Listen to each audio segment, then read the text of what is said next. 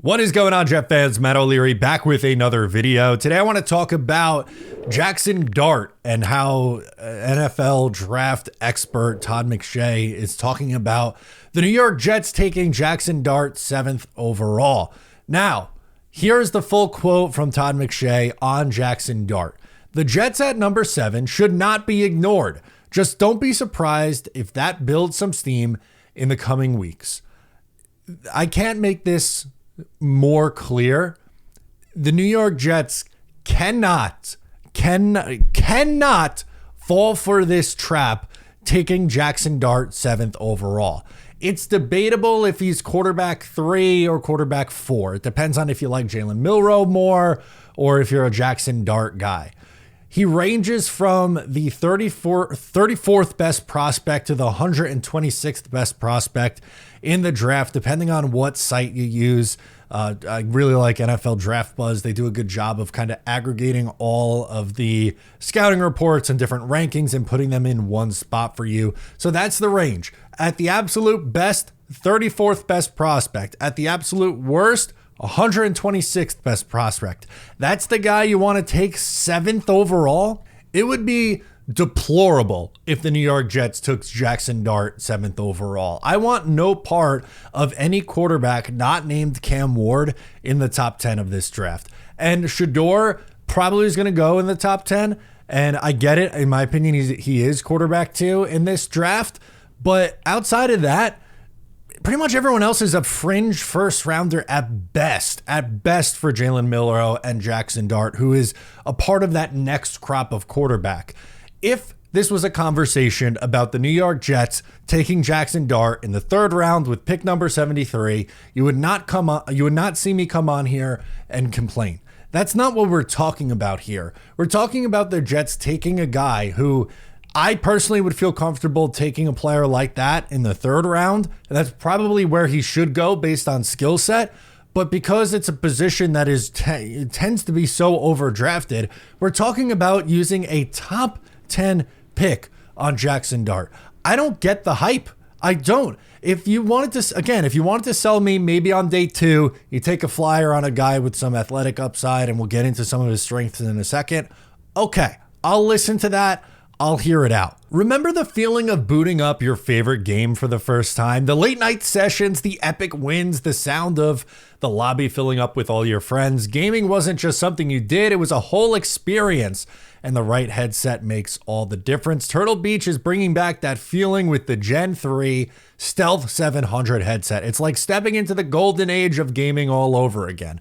For me, we're talking Modern Warfare 2, but I am an old head, so don't listen to me. Whatever games you're playing now, only this time the audio is richer, the surround sound is more immersive, and the battery lasts an insane 80 hours. No more crackly mics, no more missed callouts, just pure uninterrupted gaming, exactly the way you remember it, but this time just a little bit better. For a limited time, get 10% off your entire order with code O'Leary at turtlebeach.com. Don't miss out, stay warm, and level up your game with 10% off at turtlebeach.com using promo code O'Leary. But we're talking about someone who struggled against top tier competition, even this past year, which by far at Ole Miss was his best year of college football. Look at his games against LSU and Georgia, 2 of the teams in the SEC that usually get a ton of players drafted and are some of the best programs in college football. Those were his 2 worst games of the season. Lower completion percentage, interceptions started to become a factor, not as many touchdown passes, and just not as crisp as what he was against weaker competition. 15 of his 29 touchdowns came against Durham, Arkansas, and Duke in 3 games. That's half of his production came in those 3 games. And that's just on the statistics side. His throwing mechanics still need a lot of work. If you were down at the Senior Bowl, or if you talk to anyone who's down at the Senior Bowl, he didn't play well.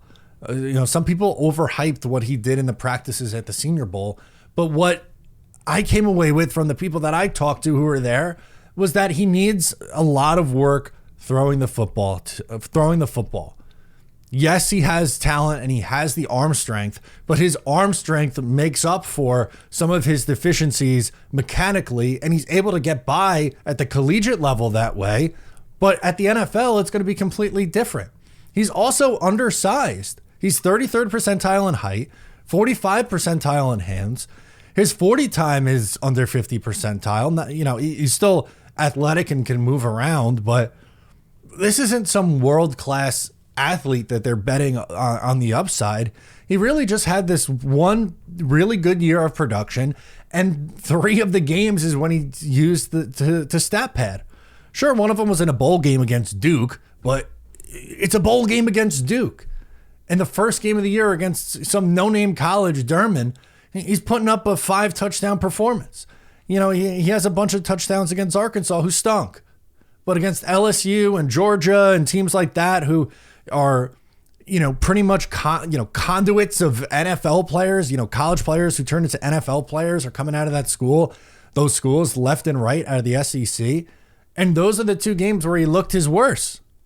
This is a player who, if he is going to pan out, and I don't have the balls to come on here and say that a prospect doesn't have a chance in hell at becoming a franchise quarterback. We have, frankly, no idea with these kids. There's guys who go in the top 5 who just flat out stink. And then you have guys like the Mr. Irrelevant pick who ends up being, a franchise quarterback in Brock Purdy.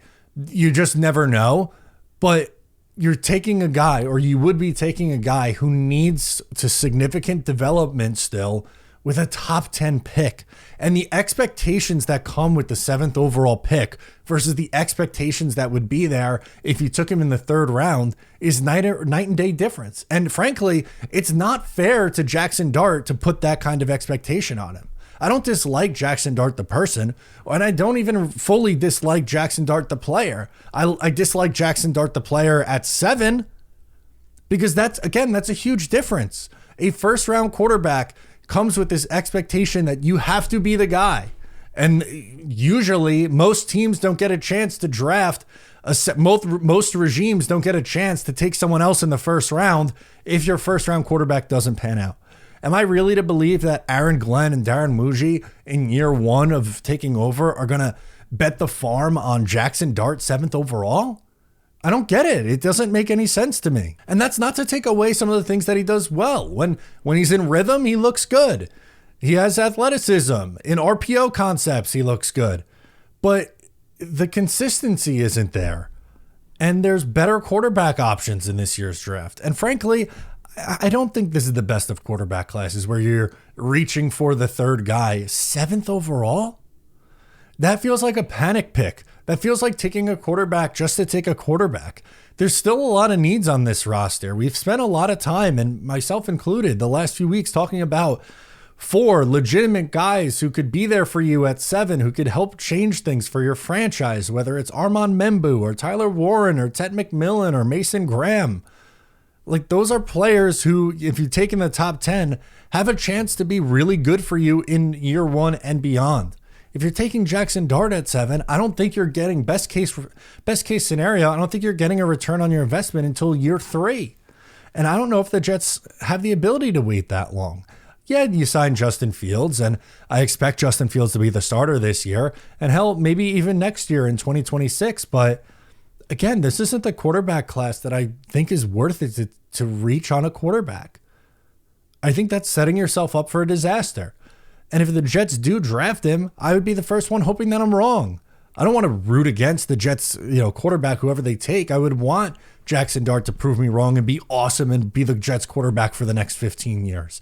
But as a fan and as someone, who evaluates these prospects and watches these guys, I don't see it. And I think it would be a massive mistake. So I hope it's something that the Jets avoid doing in the NFL draft, because there's a lot of really good options for the Jets at 7 overall. And Jaxson Dart's not one of those guys. Let me know your thoughts in the comments. I'm Matt O'Leary. Subscribe if you're new, and I'll catch you next time.